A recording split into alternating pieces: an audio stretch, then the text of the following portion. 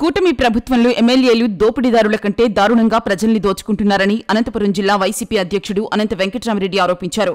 జిల్లాలో ఈ 16 నెలల్లో 2 ఖరీఫ్లు 2 రబీ సీజన్లు వచ్చినా ఇప్పటి వరకు ఏ ప్రజాప్రతినిధి కూడా రైతుల గురించి పట్టించుకున్న పాపాన పోలేదన్నారు.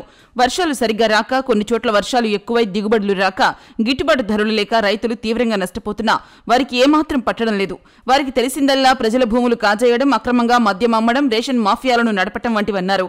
ప్రత్యేకించి అనంతపురం నగరంతో పాటు చుట్టుప్రక్కల ప్రాంతాల్లో పేదల భూముల్ని గద్దల్లా తన్నుకుపోతున్నారని, పాపంపేటలో ఏకంగా వేల కోట్ల రూపాయల భూముల్ని కాజేసే ప్రయత్నం చేస్తున్నారన్నారు.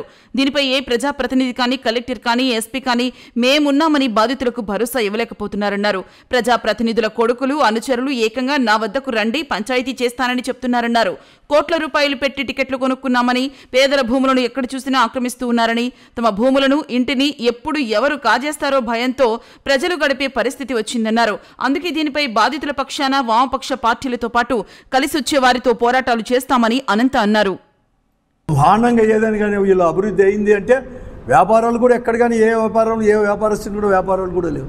ఏదైనా కానీ వ్యాపారం అనేది కూడా బాగా జరిగిందంటే కేవలం మద్యం వ్యాపారం తప్ప మరొకటి కాను కూడా కాదు. గతంలో కంటే మద్యం వ్యాపారం మాత్రం విపరీతంగా పెంచేశారు. చిన్న చిన్న పిల్లలకు కూడా తాగేది నేర్పించేసి ఈ రోజు అనేది కూడా చేపించేశారు. చెప్పేది ఒకటి, జరుగుతానేది ఒకటి. 10 గంటలకు షాపులు మూసేస్తామని చెప్తారు. 10 గంటల తర్వాత మళ్ళా తెరిచేంతవరకు, ఈ షాపులు తెరిచే టైం వరకు కూడా ఎక్కడ చూసినా అనంతపురం లాంటి జిల్లా కేంద్రంలో కూడా ఈరోజు బెల్ట్ షాపుల ద్వారా కూడా ఎలా అమ్మడిపోతున్నాయో అందరూ చూస్తున్నారు. అనంతపురం జిల్లా కేంద్రంలోనే ఎన్టీఆర్ మార్గులో దొరుకుతుంది, రాణీనగర్లో 2 చోట్ల జరుగుతుంది, ఈ తపోవనం దగ్గర, నారాయణపురం దగ్గర జరుగుతూ ఉంది. ఇవన్నీ ఎవరి కనుసన్నలో జరుగుతున్నాయంటే అధికార పార్టీ ప్రజాప్రతినిధులే. ఈరోజు షాప్స్ అన్నీ కూడా మెజారిటీ షాప్స్, కొన్ని నియోజకవర్గాల్లో అన్ని షాపులు, జిల్లా కేంద్రంలో కూడా దాదాపుగా 70%, 60-70%, మిగతా దాంట్లో కూడా భాగస్వామి అనంతపురం శాసనసభ్యులు అది వాళ్ళే భాగస్వామి, వాళ్ళ ఆధ్వర్యంలోనే జరుగుతుంది. రైతాంగం దెబ్బతింటానే దాని గురించి ఆలోచించారు. కేవలం వారి యొక్క సొంత ఆదాయాలు, సొంత ఆస్తులు పెంచుకోవడం ఒకే ఒక ధ్యాసతో ముందుకు పోతూ ఉన్నారు. అధికారులకు వారు చెప్పినట్లుగా చేసేదానికి, వారి మెప్పు పొందడానికే ప్రయత్నం చేస్తున్నారు. అందుకోసమే ఈరోజు ఈ అనంతపురం జిల్లాలో ఈ దుస్థితి అనేది కూడా ఎప్పుడూ లేని విధంగా కూడా, ఎప్పుడూ లేని విధంగా ఈరోజు ఈ జిల్లాలో దోపిడీ అనేది కూడా జరుగుతూ ఉంది.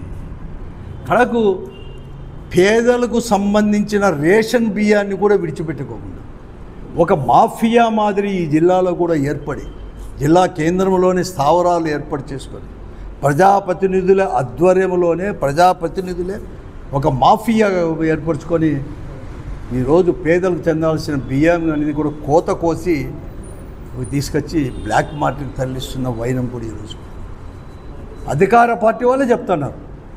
వారికి అంతో ఇంతో వారి కోసం చేసే పార్టీలు, వాళ్ళ పార్టీ వాళ్ళే ఆ పేపర్లో కూడా ఈనాడు కావచ్చు, జ్యోతి కావచ్చు, లేకపోతే ఏబిఎన్ కావచ్చు, ఈటీవీలు కావచ్చు, పెద్ద పెద్ద పదార్థాలు, ఇంకోటి ఏదో భూదండాలు. ఈరోజు అందరూ భయపడుతున్నారు, రైతులు భయపడుతున్నారు. మా భూములు ఎవరు ఎప్పుడు ఇబ్బిక్కొమ్మతారో, ఎప్పుడు మార్చేసుకుంటారో ఈ అధికారులను పట్టుకొని. ఎక్కడన్నో సార్ పేదోళ్ళు 1 సెంటో, 2 సెంట్లో, 5 సెంట్లో, 10-15 సెంట్లు ఉండే వాళ్ళు కూడా బిక్కుమంటున్నారు. ఎప్పుడు ఎవరి స్థానంలో ఖాళీగా ఉంటే చాలు, ఎవరు వచ్చి ఆక్యుపై చేస్తారు అని చెప్పేసి. ఈ జిల్లా కేంద్రంలో తీసుకోండి, ఎక్కడ మీరు తీసుకోండి, ఇక్కడ తీసుకోండి. ఎవరో పాపం చాలా పేదోళ్ళు, ఏ దినం ఆ దినం సంపాదించుకొని చేసుకునేవాళ్ళు, చిన్న పేదోళ్ళు, ఏదో బుడిబుడికలలో వాళ్ళు ఎలా అధికార పార్టీకి సంబంధించిన ప్రస్తుత శాసనసభ్యుడి యొక్క అనుచరులే, బంధువర్గమే ఎలా తీసుకోవాలని ప్రయత్నం చేసిరో మళ్ళీ చెప్పాల్సిన అవసరం లేదు. అంతెందుకు కృష్ణా ఇంగ్లీష్ మీడియం స్కూల్ అని చెప్పి ఎవరో కృష్ణా అనేతను పూర్ బ్రాహ్మిన్స్, 2 భార్యాభర్తలు కూడా చిన్న ఇన్స్టిట్యూట్ చిన్న పెట్టుకొని ట్యూషన్లు చెప్పుకునేవాళ్ళు. ఎప్పుడైనా ఒక ఇన్స్టిట్యూట్ కొంచెం కట్టుకుందాము అని చెప్పేసి 10 సెంట్ల దాంట్లో ఉంటే దాన్ని ఆక్యుపై చేయడం అనేది ఎక్కడన్నా చూసి. అధికార పార్టీకి సంబంధించిన వారే సాయినగర్లో ఒక మైనారిటీ కుటుంబానికి సంబంధించిన భవనాన్ని ఎట్లా దొంగ రిజిస్ట్రేషన్ చేస్తే ఆ రిజిస్టర్కు మళ్ళీ కూడా వెంటనే సస్పెండ్ చేయడం, మళ్ళీ తీసుకోవడం, అంటే ఎట్లా ఒక ప్రణాళిక ప్రకారం ఎలా దోపిడీ చేస్తారో అని అర్థం కాలేదు దీనివల్ల. అంతెందుకు ఈడు చూడండి, పాపంపేట చూడండి, జిల్లా కేంద్రానికి ఆనుకోనింది ఆ నియోజకవర్గం, పాపంపేట భూములు ఏమైనా పాపంపేట అంటే ఎవరు అధికారంలో ఉంటే వాళ్ళు రావడమేనా? వాళ్ళు ఇనాం భూములు కావచ్చు, అంటే ఆ భూములన్నీ కూడా ఎవరో తీసుకొని వచ్చి జీపీలు తీసుకొని ఒకరి తీసుకుంటా అంటే వారు కొమ్ము కాస్తూ అధికారంలో ఉన్నామని చెప్పేసి ఈరోజు ఎమ్మెల్యేలు అధికార పార్టీకి చెందిన ఎమ్మెల్యేలు తీసుకొని అవన్నీ కూడా తీసుకోవడానికి ఏం జరుగుతుంది? ఎక్కడైనా ఇన్నాం అసలు? ఇన్ని రోజులైంది, ఇంత అప్రదత భావం ఉంది. ఆ రోజు 40 సెంట్లలోనో 50 సెంట్లో వాళ్ళు కూడా అధికార పార్టీకి సంబంధించిన అక్కడ ఉండే అధికార పార్టీ ఎమ్మెల్యేనే వాళ్ళ ఆధ్వర్యంలోనే అదంతా కొట్టేసినాక అధికారులు ఆ రోజు చొరవ తీసుకొని నిలబడి ఆర్డీఓలతో సహా తీసుకొని కొట్టేసిన వైనం చూసిన తర్వాత అక్కడ ఉండే భూములంతా కూడా అక్కడే కాదు పట్టణం ఈ టౌన్లో కూడా 10 సెంట్ల నుంచి 5 సెంట్లు 2 సెంట్ల దగ్గర నుంచి ఉండే వాళ్ళందరూ కూడా భయపడిపోతున్నారు. ఏం చేస్తారో ఏమో అని చెప్పేసి కూడా ఎవరు జీబీలు తీసుకుంటారో, ఎవరు దొంగ రిజిస్ట్రేషన్లు తీసుకొని ఇవన్నీ తీసుకొని పోతారేమో అని చెప్పేసి కనీసం ఒక అధికారి, ఒక కలెక్టర్ గారు కానీ, ఎస్పీ గారు కానీ, లేకపోతే ప్రజాప్రతినిధులు ఇంతమంది ప్రభుత్వం అనేది ముఖ్యమంత్రి గారు ఉన్నారు, లేకపోతే మంత్రులు వాళ్ళ పెద్దలు కానీ కనీసం ఒక ధైర్యం, జనానికి ఏమి లేదు, జరగదు, మీరు భయపడొద్దండి, మేమున్నాం అని ఇన్ని రోజులు ఎవరైనా ఎక్కడ అసూరు చేశారా?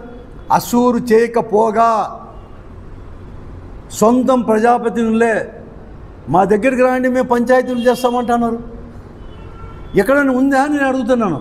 అనంతపురం కావచ్చు, కేంద్రం కావచ్చు, లేకపోతే పక్కన రాప్తాన్ నియోజకవర్గం కావచ్చు, లేకపోతే ఉరవకొండలో కావచ్చు, కూడేరులో కావచ్చు, లేకపోతే ఏ నియోజకవర్గమైనా రాష్ట్రమైనా మేమున్నాం, ఎవరికైనా చేయొద్దండి, మేమున్నాం, అన్ని రకాల ప్రొటెక్షన్ ఇస్తామని చెప్పేసి ఒక్క కలెక్టర్ ఏ కలెక్టర్ కానీ, ముందుండే కలెక్టర్ కానీ, ఇప్పుడు వచ్చిన కలెక్టర్ కానీ, లేకపోతే ఎస్పీ కానీ, మంత్రులు కానీ ఎక్కడా లేదు. ఇంకో విచిత్రమైంది ఏమంటే ఈరోజు ప్రజాప్రతినిధులు కనీసం మేమన్నా ఉన్నామని చెప్పి, లేకపోతే మేమన్నా మాట్లాడతామని చెప్పని కూడా కాదు, వాళ్ళ కొడుకులు, వాళ్ళ అనుచరులు మేము పంచాయతీలు చేస్తాం రా అనేది ఎక్కడ మేము చూడలేదు అసలు. ఇంతకంటే కావాలన్నా? ఒదికు బియ్యం అమ్ముకుంటున్నారు, ఒదికు ఇతరుల భూములు అన్నీ ఆక్యుపై చేస్తున్నారు, అవి తీసుకుంటున్నారు, ప్రభుత్వ భూములు చేస్తున్నారు. అంతేందుకు ఇండ్లు లేరని చెప్పి ఇండ్లు లేని వాళ్లకు ఆ పొద్దు జగన్మోహన్ రెడ్డి గారు ముఖ్యమంత్రిగా ఉన్నప్పుడు కావచ్చు, లేకపోతే రాజశేఖర రెడ్డి గారు ముఖ్యమంత్రిగా ఉన్నప్పుడు కానీ, ఇంకో ఎవరు ముఖ్యమంత్రిగా ఉన్నా కూడా గతంలో 1.5 సెంట్లో 2 సెంట్లో సెంటో భూమి ఇస్తే ఆ జగనన్న కాలనీలో ఇదే అనంతపురంకు సంబంధించి, లేకపోతే సింగనమల నియోజకవర్గం సంబంధించి పసులూరు కావచ్చు, లేకపోతే ఆ చిన్మయ నగర్లో ఆ రోజు జగనన్న కాలనీలో మున్సిపాలిటీ స్థలంలో ఒక్కొక్క సెంట్ ఇస్తే అనంతపురం శాసనసభ యొక్క అనుచరులే ఈరోజు ఆ ఒక్క సెంటు అందరూ కూడా ఒక్కొక్కడు 3 సెంట్లు 4 సెంట్లు ఆక్యుపై చేసేసారు. కలెక్టర్లు చెప్తే లేదు, ఇంకొకరికి వాళ్ళు బాధితులు పోయేసి చెప్తే దానిపైన రియాక్షన్ అనేది ఇంతవరకు కూడా ఇల్లు కూడా అది పరిస్థితి. అసలు భయపడుతున్నారు. అసలు దోపిడీదారుల కంటే కూడా ఈ జిల్లాలో ప్రజాప్రతినిధులు, జిల్లా కేంద్రం దగ్గర నుంచి అందరూ నో ఎక్సెప్షన్ అట్ ఆల్. ఓ దిక్కు లిక్కర్ అమ్ముకుంటున్నారు, బెల్ట్ షాపులు పెట్టేసేసి ఏరులై పడుతుంది. మేమంతా కూడా అన్ని కోట్లు ఖర్చు పెట్టాం, ఇన్ని కోట్లు ఖర్చు పెట్టామని చెప్తారు.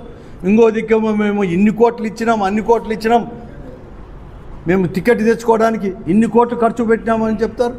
మళ్ళీ ఈరోజు కష్టపడి రూపాయో 2 రూపాయలో కూడబెట్టుకొని 5 సెంట్లో 10 సెంట్లో కొనుక్కున్న వాళ్ళకి వాళ్ళ తాతనో ముత్తాతనో తండ్రో సంపాదించిన ఆస్తులను కూడా గద్దల మాదిరి కొట్టుకోవాలని చూస్తున్నారే. ఇంతకంటే సిగ్గుచేట అంటాం. ఓపెన్గా పత్రికలో రాసినా మీకు సిగ్గు లేదు. అసలు మీరు మళ్ళీ బయటకు వచ్చే ప్రజలకు ఎట్లా మకం చూపిస్తానని నేను అడుగుతాను. మీకు చీము రక్తం లేదా అంటాను ఈ జిల్లాలో ఉండే ప్రజాప్రతినిధులకు. How dare you are all అని చెప్పి నేను అడుగుతాను. ఎంత ధైర్యం మీకు మళ్ళీ ప్రజల మధ్యలోకి వచ్చాయి, ఇంత అధ్వానంగా మీకు తీసుకొని మళ్ళీ అదరగొట్టాలని చూస్తారు. ఇంతకంటే ఏం లేదు. తప్పకుండా ఇప్పటికే కూడా వైఎస్ఆర్ కాంగ్రెస్ పార్టీ ఇక్కడే కావచ్చు ఎక్కడైనా కానీ చాలా స్పష్టంగా చెప్పాం, ఎదుర్కొంటాం. ప్రజల తరపునే కూడా ఇటువంటి బాధితుల తరపున ఎవరు భయపడద్దండి. కలిసికట్టుగా వీళ్ళు ప్రతినిధుల ముసుగులో, అధికార పార్టీ ముసుగులో ప్రజా సమస్యలు పక్కన పెట్టి వారి ఆదాయాలకు వచ్చేసిన ఆగడాలని ఎదుర్కొంటాం, కలిసికట్టుగా ఎదుర్కొంటాం, తగిన బుద్ధి చెప్తామని చెప్పేసి కూడా చెప్తున్నాం.